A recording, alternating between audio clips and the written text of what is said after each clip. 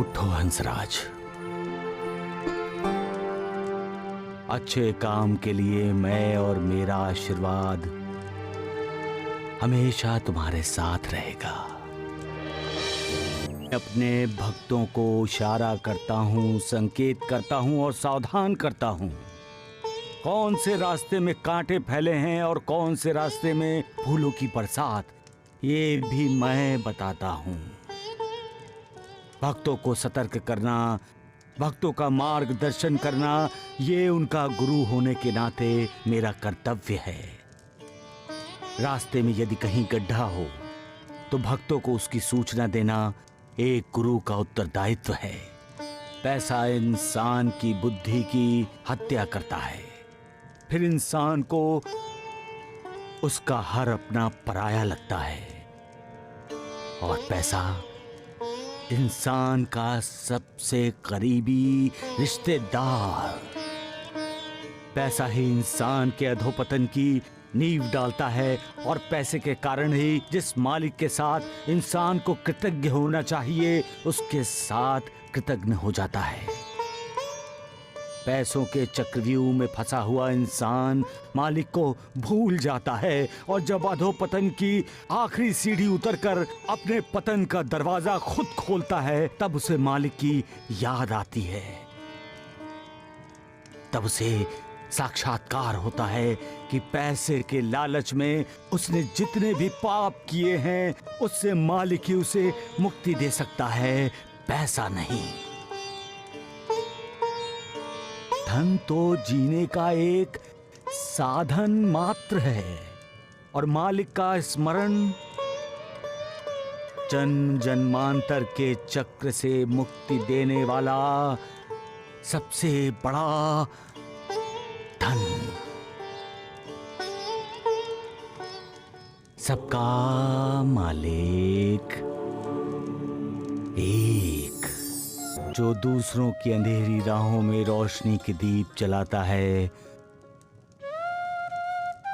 उसका जीवन कभी अंधेरे में नहीं होता, क्योंकि स्वयं मालिक उसके जीवन में समृद्धि की रोशनी फैलाने वाले दीप जलाता है। जो दूसरों के चेहरे पर खुशी देखकर खुश होता है उसे मालिक कभी दुखी नहीं करता, बल्कि दूसरों को खुशी देने के लिए उसे ज्यादा से ज्यादा प्रोत्साहित करता है।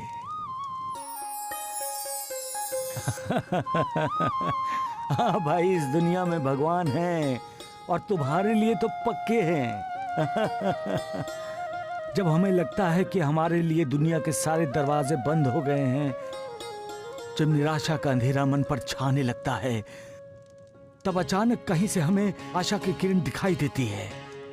तो हमें साक्षात्कार होता है कि मालिक है, ईश्वर है, भगवान है। जब दुखों का पहाड़ हम पर गिरता है और हमारा दिल रोता है, तब कोई आकर हमारे आंसू पोंछता है, हमारे घावों पर फूंक मार कर उसे शीतल करता है। तब ऐसा एहसास होता है कि मालिक है। कभी कभी हमारे दिल में ये भावना जोर पकड़ती है कि हम इस दुनिया में अकेले हैं। तब अचानक कोई हमारा साथ देता है, हमारे दुख सुख बांटता है, हमें दिलासा देता है, तो हम जान जाते हैं कि हम अकेले नहीं हैं। हमारे साथ मालिक है, ईश्वर है। इंसान की जिंदगी में कभी कभी कुछ ऐसी घटना घट जाती है कि उसे लगता है कि उसकी जिंदगी में कुछ रहा ही नहीं है। ऐसे समय ज्ञानी, विद्वान, संत, महंत कहते हैं, जिंदगी में राम नहीं है। राम मतलब चैतन्य, राम अर्थात शुद्ध। राम का अर्थ ही है सत्य और सत्य आचरण। राम का मतलब यह है मालिक, भगवान, ईश्वर।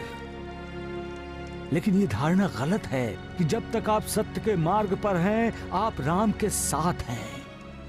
जब आप सत्य के मार्ग से भ्रष्ट होते हैं, तब भी राम आपके साथ होता है, जो आपको सत्य के मार्ग पर लाने की हर कोशिश करता रहता है।